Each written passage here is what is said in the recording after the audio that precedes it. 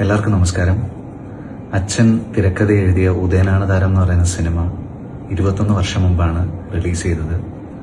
Roshan Andrews എന്ന് പറയുന്ന സംവിധായകന്റെ ആദ്യത്തെ സിനിമയായിരുന്നു. അപ്പോൾ റോഷൻ ചേട്ടനും അച്ഛനും തമ്മിലുള്ള ആദ്യത്തെ മീറ്റിംഗ് ആ സമയത്ത് ഞാൻ അച്ഛൻ്റെ കൂടെ ഉണ്ടായിരുന്നു. ഈ സിനിമയുടെ തിരക്കഥ അച്ഛൻ എഴുതുന്ന സമയത്ത് പലപ്പോഴും ഞാൻ അച്ഛൻ്റെ കൂടെ ഉണ്ടായിരുന്നു. എനിക്ക് വളരെ പേഴ്സണലി അറ്റാച്ച്മെന്റ് ഉള്ളൊരു സിനിമയാണ്. ഇതിലെ കരളേ കരളേ എന്ന് പറയുന്ന പാട്ടിലൂടെയാണ് എന്നെ ആളുകൾ ഒരു പ്ലേ ബാക്ക് സിംഗർ എന്നുള്ള നിലയിൽ ശ്രദ്ധിക്കുന്നത്. 21 വർഷം കഴിഞ്ഞ് കരുണനങ്കിള് നിർമ്മിച്ച കാൾട്ടൻ കരുണാകരൻ, ചിന്താവിഷ്ടയ ശ്യാമലയുള്ള പ്രൊഡ്യൂസറും കൂടിയായ കരുണനങ്കിള് ഈ സിനിമ റിലീസ് ചെയ്യാണ്. ഇതിന് എൻ്റെ എല്ലാവിധ ആശംസകളും. അപ്പോൾ എല്ലാവരും തിയേറ്ററിൽ പോയിട്ട് ഈ സിനിമ കാണുക. സിനിമയ്ക്കുള്ളിലെ സിനിമ ഡിസ്കസ് ചെയ്യുന്നൊരു സിനിമയാണ്. അപ്പോൾ റോഷൻ ചേട്ടനും കരുണനങ്കിളിനും ഇതിൻ്റെ സംഗീത സംവിധായകനായ ദീപക്കേട്ടനും എല്ലാവർക്കും എൻ്റെ ആശംസകൾ.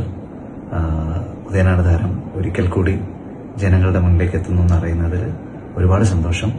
റിലീസിന് എല്ലാവിധ ആശംസകളും.